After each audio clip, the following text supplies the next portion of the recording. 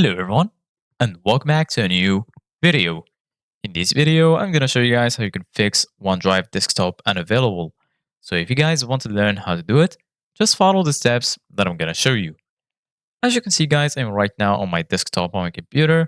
So the first thing that you need to do guys is open your browser. And then once you do that, go to the search bar and then search for OneDrive download. And then once you do that, go ahead and click on the first link.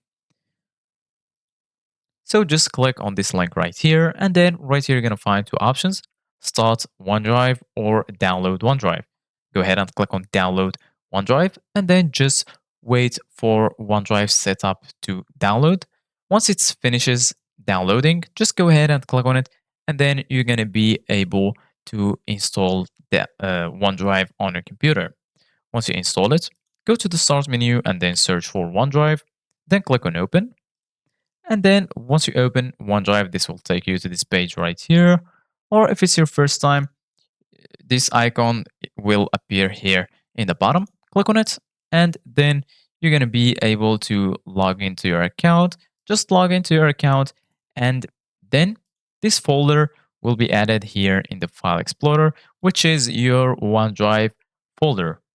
So right now, if you want to enable backup on OneDrive, right click on it and then go to OneDrive here in the bottom and then click on settings.